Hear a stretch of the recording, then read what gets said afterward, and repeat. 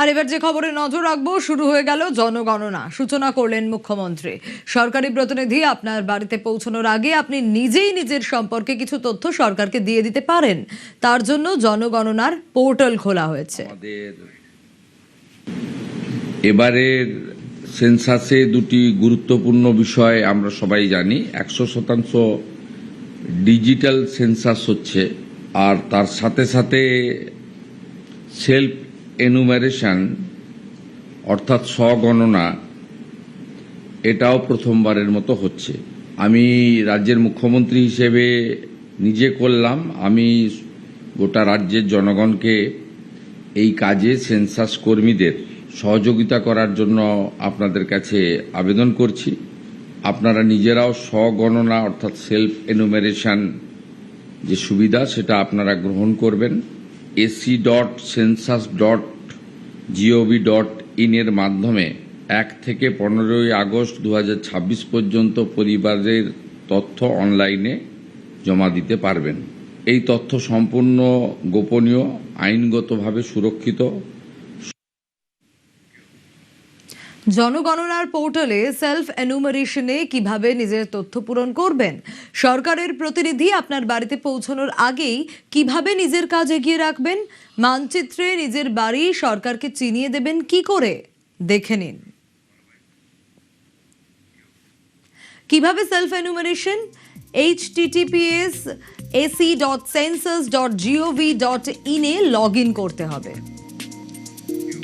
যে রাজ্যের বাসিন্দা সেই রাজ্য সিলেক্ট করতে হবে আপনাকে। তারপর দিতে হবে ক্যাপচা। এরপর ওয়েলকাম স্ক্রিনে পরবর্তী ধাপগুলির বিষয় নির্দেশ দেওয়া থাকবে। পরিবারের প্রধানের নাম ও মোবাইল নাম্বার দিতে হবে। পছন্দের ভাষা তালিকা থেকে নির্দিষ্ট করে দিতে হবে। মোবাইলে যাওয়া ওটিপির মাধ্যমে এবার তা যাচাই হবে।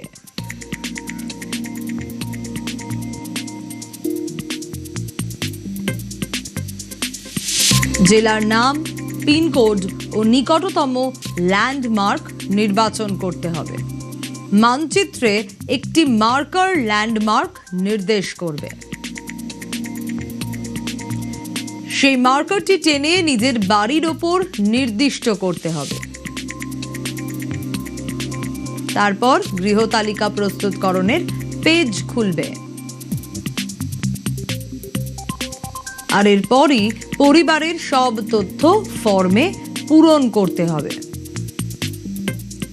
সব তথ্য পূরণের পর প্রিভিউয়ে যাচাই করে নিতে হবে। আর তথ্য যাচাই হয়ে গেলেই সেভ অথবা সাবমিট করতে হবে। আর এই সাবমিটের পরই এইচ দিয়ে শুরু 11 অঙ্কের এসি কোড আসবে। সেই এসি কোড SMS, ইমেলের মাধ্যমেও পাঠিয়ে দেওয়া হবে। বাড়িতে জনগণনা করতে এলে তখন এই এসি কোডটাই আপনাকে বলতে হবে।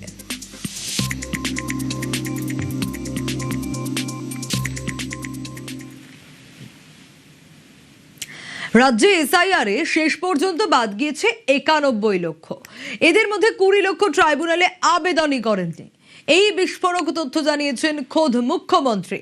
ভারতের নাগরিক সেজে ঘুরে বেড়ানো অনুপ্রবেশকারীদের ধরতে গত বছর ইমিগ্রেশন অ্যান্ড ফরেনার্স অ্যাক্ট চালু করে কেন্দ্রীয় সরকার। শনিবার মুখ্যমন্ত্রী এই আইনের কথা বললেন।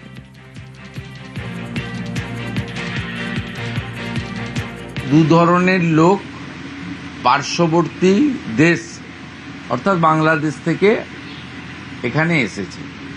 একটা অবৈধ অনুপ্রবেশকারী, তারা এই দেশে বা এই রাজ্যে থাকবেন না, তাদেরকে ফেরত পাঠানো হবে সতর্কতার সঙ্গে এবং যাচাই বাছাই করে। আবার যারা অনুপ্রবেশকারী তাদেরকে যেতে হবে, তারা এখানে থাকবে না, তাদেরকে আমরা খাওয়াতে পারবো না। দু রকমের বিষয় রয়েছে। এক দল হচ্ছে অনুপ্রবেশকারী, আরেক দল হচ্ছে শরণার্থী।